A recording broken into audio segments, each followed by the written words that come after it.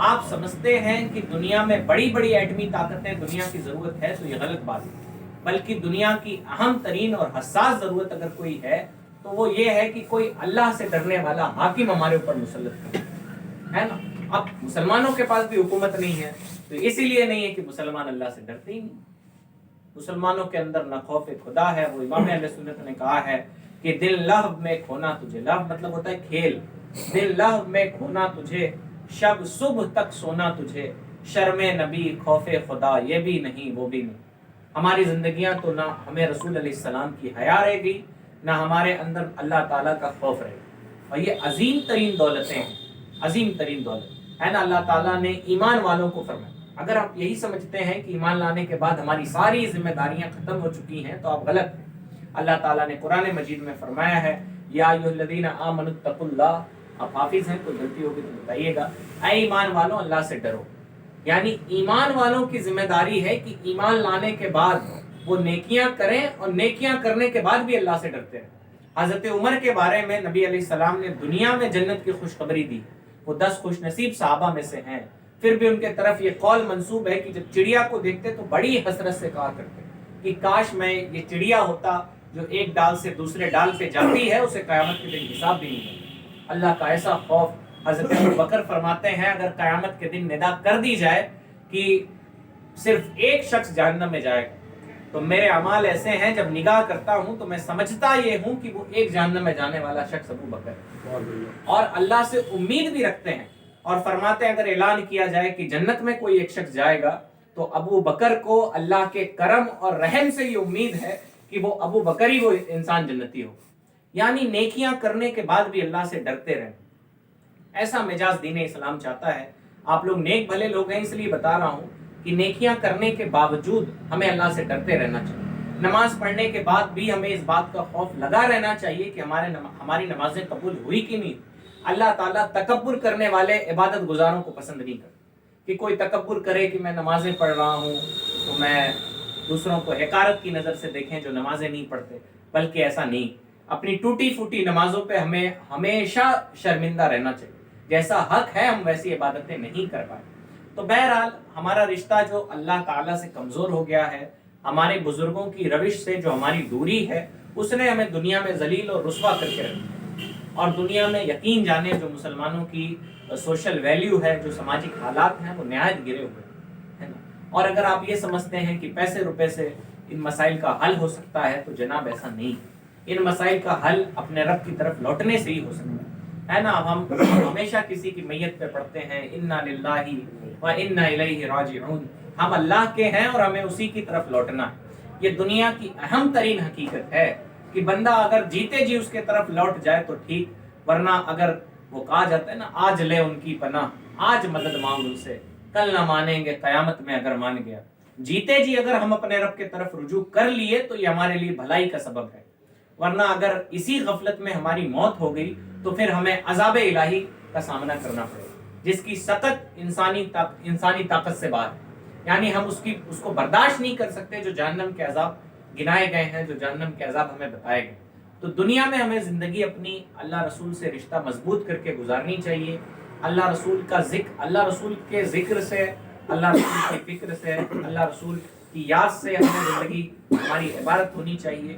اور صرف اس دور کا بہت بڑا المیہ یہ بھی ہے کہ اب ذکر باقی ہے، یقیناً باقی ہے، بڑے بڑے جلسے ہوتے ہیں، لیکن اب عمل باقی نہیں رہا۔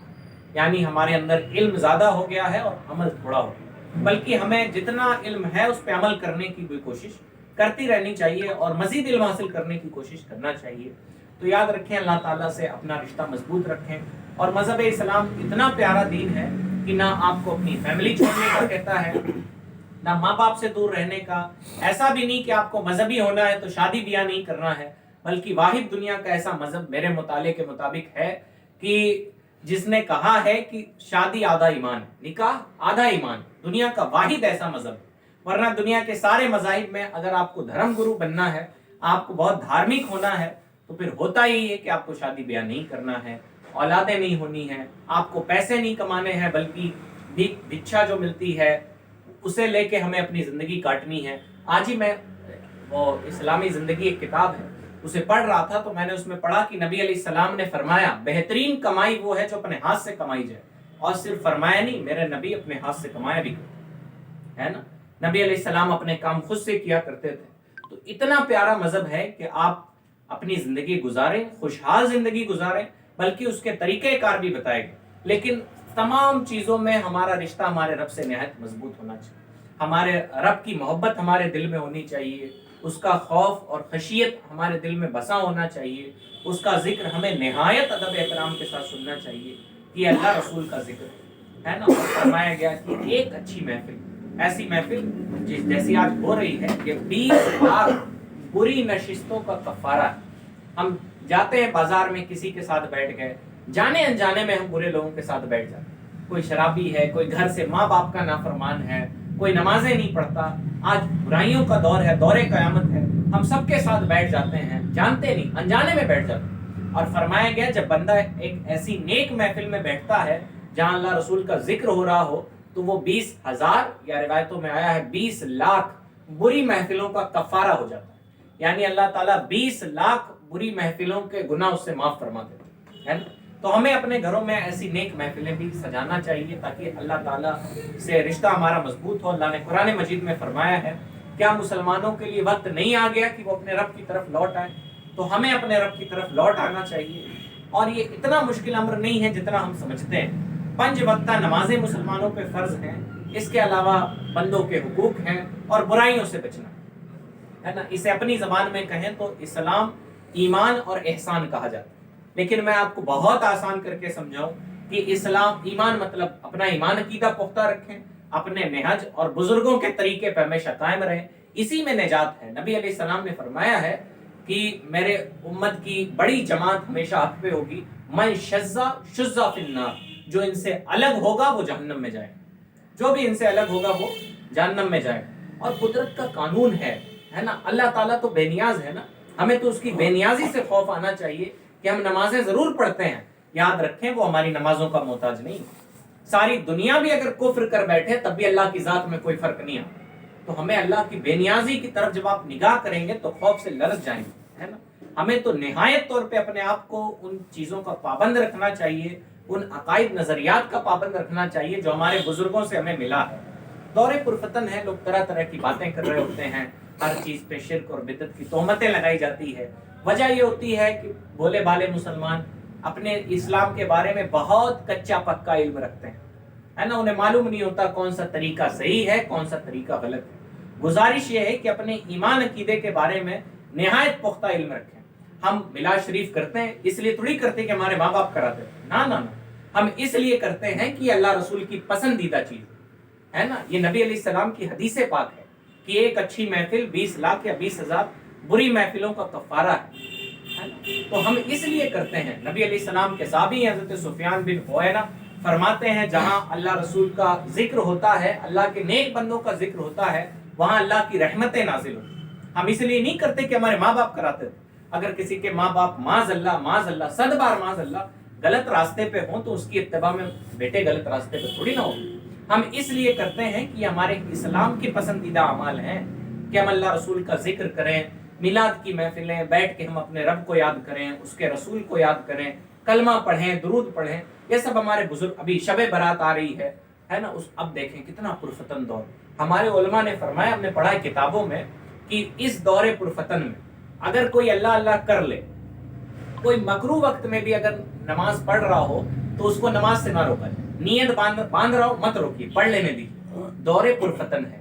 کوئی پڑھ لے رہا ہو تو جب وہ پڑھ لے، مثلا فجر کی نماز ہے، کوئی پڑھ رہا ہے، آپ کو پتہ ہے وقت ختم ہو گیا، پڑھ لینے دیجیے، پڑھنے کے بعد بتا دیجیے کہ وقت ختم ہو گیا تھا، آپ اس کی قضا کر لیجیے۔ یہ ہے طریقہ۔ کیوں؟ یہ دور قیامت ہے، اس دور میں لوگ جیسے بھی اللہ کو یاد کر لیں انہیں کر لینا چاہیے، لیکن اب تو باقاعدہ مہم چلائی جاتی ہے کہ شب برات میں جاگنا بدعت ہے، شب برات میں عبادت کرنا بدعت ہے۔ ایسا کچھ نہیں۔ ہاں، شب برات میں پٹاخے پھوڑنا یہ تو حرام، آتش بازی تو سال کے 365 دن حرام، بلا غرض پٹاخے پھوڑنا، یہ روڈوں پہ وہ بچے وہ اسٹنٹ کرتے رہتے ہیں، یا پھر صرف مزاروں پہ ٹہلنا۔ اپنے علاقے کے قبرستان جائیے، کسی بزرگ کا مزار ہو تو وہاں فاتحہ پڑھ لیجئے، باقی آپ مسجد میں عبادت کیجئے، گھر میں مائیں بہنیں گھر میں عبادت کریں۔ فرمایا گیا اس رات اللہ کی رحمتیں نازل ہوتی ہیں اور اللہ اپنی شان کے لائق پہلے آسمان پر نزول فرماتا ہے، اللہ تعالیٰ تجلی فرماتا ہے اور رات بھر یہ صدائیں دی جاتی ہے کوئی معافی مانگنے والا جسے معاف کر دیا جائے، ہے کوئی روزی طلب کرنے والا جسے رزق دیا جائے، ہے کوئی جہنم سے نجات مانگنے والا جسے نجات دیا جائے۔ تو اس رات تو ہمیں رو رو کے اپنے رب سے معافیاں مانگنی چاہیے، اس کے رسول پر درود پڑھنا چاہیے، قضا نمازیں پڑھنی چاہیے اور خوب ہمیں عبادتیں کرنی چاہیے۔ اس کے علاوہ بھی اللہ توفیق دے تو ہمیں عبادتیں رات میں جگ کے عبادت کرنا ہے، تو ہمارے آقا کا طریقہ ہے، قرآن اس پہ شاہد ہے۔ دیکھیں نبی علیہ السلام رات میں عبادت کرتے نا تو ان کے پیر مبارک سوج جاتے، ورم پڑ جاتے، تو اللہ نے قرآن مجید میں ارشاد فرمایا قم اللیل الا قلیلا، اے محبوب آپ رات میں قیام کیجئے لیکن تھوڑا، یعنی تھوڑا حصہ آرام کے لیے بھی خاص کر لیجیے، ہے نا۔ قرآن مجید کیا ہے، قم اللیل، قم مطلب قیام کیجئے، لیلا مطلب رات میں، الا قلیلا سوائے تھوڑے۔ تو رات میں عبادت کرنا عام دنوں میں یہ ہمارے بزرگوں کی سنت ہے، اسی لیے جاڑے کے موسم کو بزرگان دین نے عبادت کا موسم اور بڑے خوش ہوتے تھے، کیوں؟ اس میں راتیں لمبی ہو جاتی۔ تو رات میں جاگ کے عبادت کرنا، اور بالخصوص 15 شعبان کو جو 3 فروری کو شب برات چونکہ آپ کے گھر قریب قریب ہوا تو یہ بھی بتا دیا جائے۔ اسی طرح اپنے گھر کے مرحومین کو یاد کرنا، ان کے لیے ایصال ثواب کرنا، یہ سب نیک بھلے کام ہیں، یہ ہمیں کرنے چاہیے۔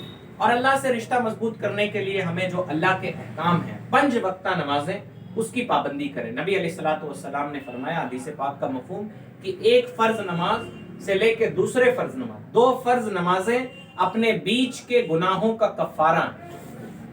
انسان کتنے چھوٹے بڑے چل رہے ہیں، کبھی منہ میں کچھ کھا لیا، چلتے پھرتے کھانا منع ہے، ہم ایسے کچھ اڑ بیٹھ رہے تھے، کسی کی بے ادبی گستاخی ہو گئی، تو یہ چھوٹے چھوٹے گناہ نبی علیہ السلام نے آگے بھی فرمایا ہے سوائے یہ کہ کبیرہ گناہوں سے بچا جائے، یعنی جو چھوٹے موٹے صغیرہ گناہ ہوتے ہیں اللہ نمازیں پڑھنے کی برکت سے انہیں معاف فرما دیتا ہے، سوائے یہ کہ ہم کبیرہ بڑے بڑے گناہوں سے، جھوٹ بولنا، دھوکہ دینا، ماں باپ کی نافرمانی، چوری، ان سب گناہوں سے بچا جائے۔ اور دیکھیں اللہ کا کتنا احسان ہے کہ اس نے ہمارے ذہن میں یہ شعور بخشا ہے کہ گناہ کیا ہے۔ وہ نبی علیہ السلام کے پاس ایک صحابی آئے نا، غالباً ان کا نام ثعلب تھا، وہ صحابی آئے تو فرمایا یا رسول اللہ مجھے خیر اور شر کے بارے میں بتا دیجیے، یہ بتا دیجیے کہ اچھائی کیا ہے اور برائی کیا ہے۔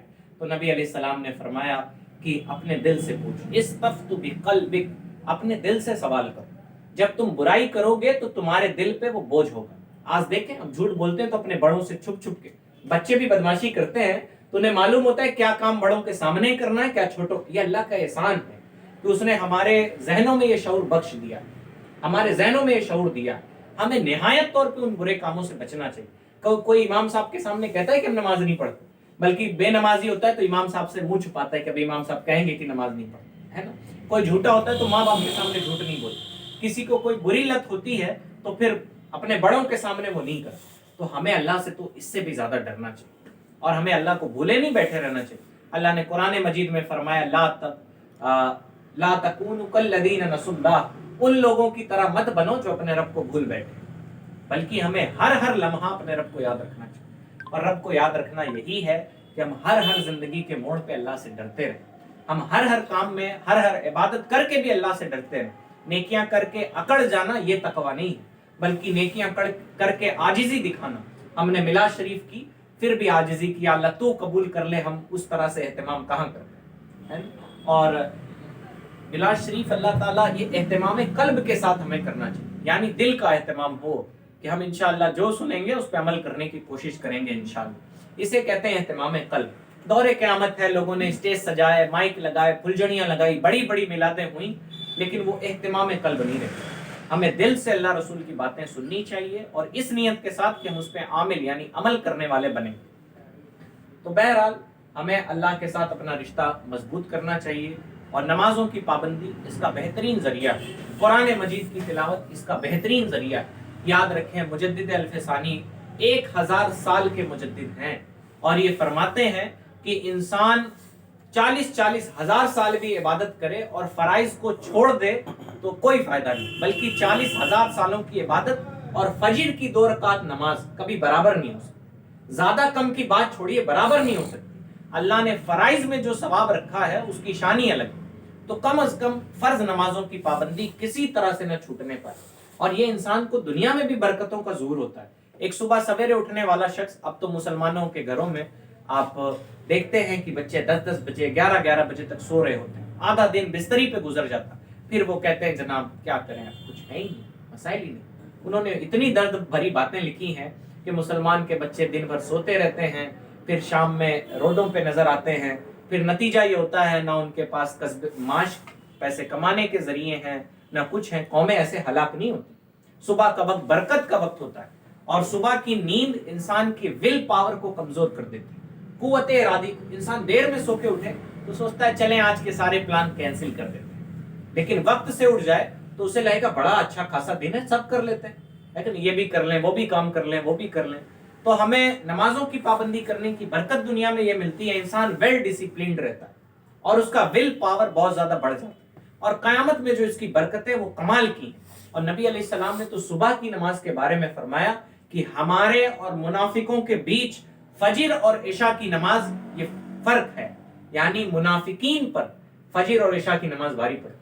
تو ہمیں 5 وقتہ نمازیں نہایت ہماری مائیں بہنیں گھروں میں پڑھیں، اور ہمارے مرد حضرات کوشش کریں کہ جتنے وقت ہو سکتے ہیں آپ مسجد میں ضرور حاضر ہوا کریں۔ نبی علیہ السلام کی حدیث پاک ابو داؤد شریف میں ہے کہ جو لوگ، مفہوم ہے کہ جو بلا عذر جماعت چھوڑتے ہیں، چلیں کوئی عذر ہے، انسان کام دام پہ کہیں پھنس گیا، وہ الگ بات ہے، بلا عذر جو لوگ جماعت چھوڑتے ہیں، نبی فرماتے ہیں میرا جی چاہتا ہے میں اپنے جوانوں کو حکم دوں کہ وہ لکڑیاں اکٹھا کریں اور ان کے گھروں میں آگ لگا دیں۔ اب آپ بتائیں جن گھروں میں رسول اللہ آگ لگانا چاہیں اس گھر میں برکت ہو سکتی ہے؟ بڑے سے بڑا پیر آ جائے، بڑے سے بڑی دعائیں ہو جائے، بڑی سے بڑی تعویذ لٹکا لی جائے، رسول اللہ جس گھر کے بارے میں یہ فرمائے وہاں برکت ہوگی؟ سیدھی سمپل سی بات نہیں۔ تو ہمیں کوشش کرنی چاہیے جو اوقات ہم خالی ہوں، گھر پہ موجود ہوں، مسجد میں جا کے نماز پڑھیں۔ کتنا پیارا نظام ہے مسجد میں جا کے نماز پڑھیں کہ ہمارے بغل میں کوئی غریب آدمی بھی کھڑا ہوتا ہے، کہیں امیر بھی کھڑا ہوتا ہے۔ ہم نے تو مسجد میں دیکھا ہے کئی بار کہ جو بڑے سے مراد عمر میں بڑے، دوسرے چیزوں میں بڑے، ایک دوسرے کے حال چال لیتے ہیں۔ ہم نے خود اپنی آنکھ سے دیکھا ہے۔ کبھی کوئی مسلمان نہیں آتا تو آپ ہی جی وہ والے نہیں آ رہے ہیں، انسان جا کے ان کا حال چال لیتا ہے۔ دیکھیں مسلمان کتنے اچھے طریقے سے کنیکٹ رہتے ہیں مسجد کے ذریعے۔ مسجد تو ہمارا مرکز ہے، ہمیں وقتاً فوقتاً، اور فرمایا گیا کچھ لوگ ایسے ہوتے ہیں نا جن کا دل مسجد کے ساتھ لگا رہتا ہے، بڑے کمال کے لوگ ہوتے ہیں۔ خالی وقت جیسے بوڑھے ایک حاجی صاحب ہیں آپ کے وہاں جو آ کے بلا غرض جھاڑو وغیرہ لگاتے رہتے ہیں، صبح کے وقت آتے ہیں، وائٹ داڑھی ہے، اور وہ بلا غرض، یعنی وہاں کے خادم نہیں، انہیں کوئی تنخواہ نہیں دی جاتی، کیوں اور وہ بلا غرض جھاڑو وغیرہ ساری صفائی 11 بجے سے آ جاتے ہیں، اور لوگ ظہر کے وقت آتے ہیں، نماز پڑھتے ہیں۔ اب آپ سوچیں، فرمایا نبی علیہ السلام نے کہ جن کا دل مسجدوں کے ساتھ کھوٹے کی طرح لگا رہتا ہے، قیامت کا دن جس دن سورج 1.25 میل کے دوری پہ ہوگا اور کوئی سہارا نہیں ہوگا، زمین تانبے کی ہوگی، سورج کا رخ ابھی پیٹ ہے اس وقت چہرہ ہوگا، فرمایا گیا جس دن کوئی سایہ نہیں ہوگا، اللہ ایسے لوگوں کو اپنے عرش کا سایہ نصیب کرے۔ تو ہمیں مسجدوں سے اپنے رشتے مضبوط کرنے چاہیے۔ یہ مسجدیں رحمت الہی اگر ہمارے علاقے میں موجود ہیں تو ہمارے لیے بہت بڑی رحمت کا سبب ہے، تو ہمیں جانا چاہیے مسجدوں میں اور مسلوں سے اپنے رشتے کو مضبوط کریں۔ دیکھیں دنیا کے اور سہارے ہوتے ہیں نا، دنیا میں زندگی بیتی جاتی، کوئی کافر منافق شخص ہو اس کی بھی بیت جاتی، لیکن جو عزت نفس جہاں مجروح نہیں ہوتی وہ اللہ کی بارگاہ ہے۔ یعنی آپ وہاں رو بھی لیں، گڑ گڑا بھی لیں، آپ کا دل پرسکون بھی ہو جائے گا، اور ایسا بھی نہیں کہ ہم کسی ایسے رب کے سامنے گڑ گڑا رہے ہیں معاذ اللہ جو سنتا نہیں ہے، بلکہ ہمارا رب تو سمیع بصیر ہے، سنتا بھی ہے، جانتا بھی ہے۔ ہم اس سے نہ بھی کہیں تو وہ جانتا ہے، نہ بھی کہیں تو جانتا ہے۔ تو ہمیں تو رو رو کے گڑ گڑا کے اور دعا مانگنے کا سلیقہ سیکھ۔ ایک صحابی تھے، ان کو طالباً نبی علیہ السلام نے دیکھا، وہ اپنے رب سے دعا مانگ رہے تھے کہ یا اللہ میں تجھ سے مانگتا ہوں، اور میں مانگوں بھی کس سے؟ تو ہی میرا رب ہے، میں جاؤں کس کے پاس؟ میں نے تو صرف دنیا میں تجھی کو ایک معبود مانا ہے، میں تیرے علاوہ مانگوں کس سے؟ تو ہمیں اپنے رب کی بارگاہ میں رو رو کے، اور میں آپ کو بتاؤں مائیں بہنیں بھی سن رہی ہیں کہ امت نے ایسی مائیں بھی دیکھی ہیں جو اپنے بچوں کو مصلے پہ لاتی تھی، انہیں 7 سال کا بچہ ہو تو پہلے اسے کچھ لالچ دے کے، کچھ ڈرا دھمکا کے کسی بھی طرح مصلے پہ لاتی اور خود پیچھے بیٹھ جاتی۔ یہ ہوتی پرورش، جیسی پرورش ہمیں کرنی ہے۔ یہ انگریزوں والی پرورش نہیں کہ ہم نے ایسے ہی اسکولوں میں ڈال دیا اور پھر سال میں ایک بار ہم نے اپنے بچوں کے ساتھ برتھ ڈے سیلیبریٹ کر لیا، اور کبھی کوئی شادی بیاہ ہوئی تو نئے کپڑے دلا دیے، عید بقرعید میں ہمیں انہیں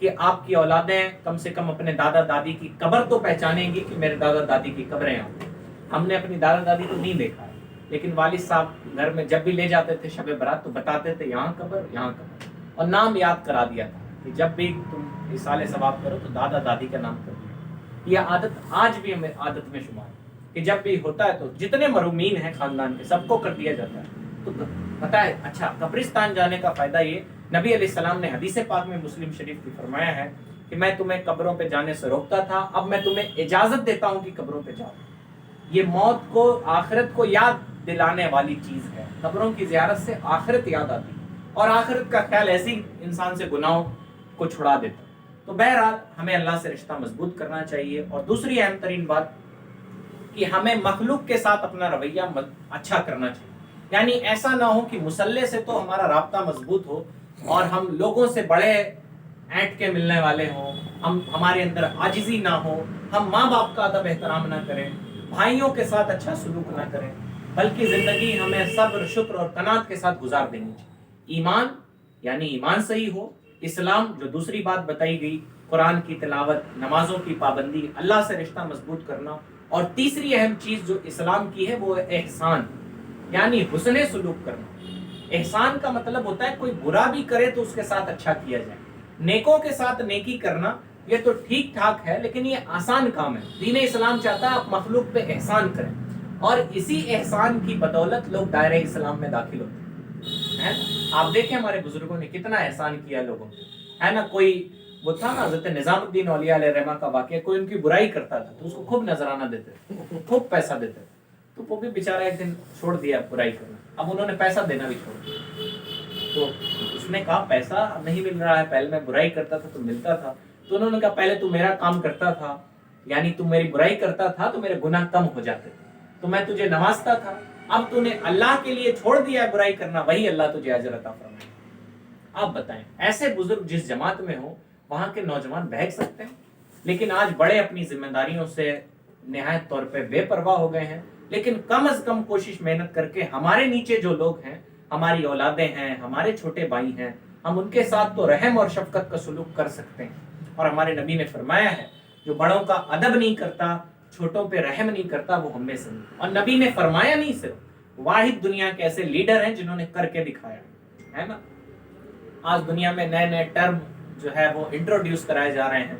آج جب آپ کلاسز کریں اس کی پرسنالٹی ڈیولپمنٹ کی تو اس میں سکھایا جاتا ہے وہ نوکر کو کیا کہتے ہیں انگریزی، سرونٹ لیڈرشپ سکھائی جاتی ہے. ہمارے نبی کی سیرت دیکھیں، جنگ خندق کے موقع پہ خود نبی علیہ السلام مٹی ڈو رہے. سرونٹ لیڈرشپ مطلب لیڈر خود اپنے ماتحتوں کے ساتھ کام کرے. نبی علیہ السلام نے 1400 سال پہلے اسے متعارف کرایا.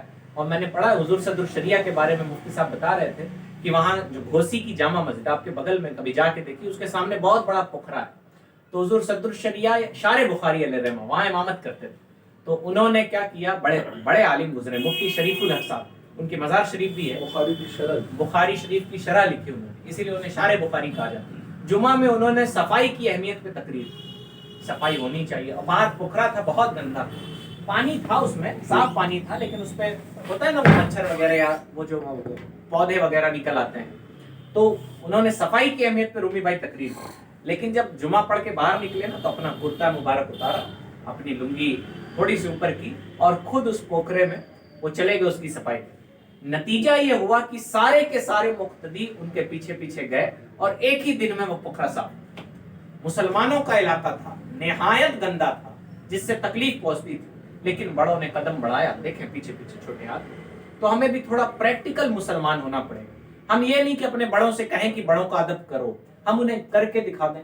یقیناً یہاں جتنے لوگ بیٹھے ہیں سب 1.5 عمر کے ہیں یا چھوٹے ہیں، تو ہمیں چاہیے یہ کہ ہم اپنے سے بڑے جو ہیں، بڑے بوڑھے ہیں، ان کا ادب کر کے انہیں دکھا دیں. ہمارے بزرگوں نے تو اس طرح ادب کیا ہے کہ 2 بزرگ ساتھ میں جا رہے تھے، بات کرتے کرتے دوست تھے. ایک نے پوچھا آپ کی عمر کیا ہے، بتایا میری عمر یہ ہے. تو ان سے پیچھے پیچھے چلنے لگے. انہوں نے پوچھا پیچھے کیوں چل رہے؟ کہا مجھے آج معلوم ہوا ہے کہ آپ مجھ سے 4 دن بڑے ہیں، اور یہ ہمارے دین اسلام کا طریقہ ہے کہ بڑوں سے آگے نہیں چلا جاتا. دین اسلام کا طریقہ ہے.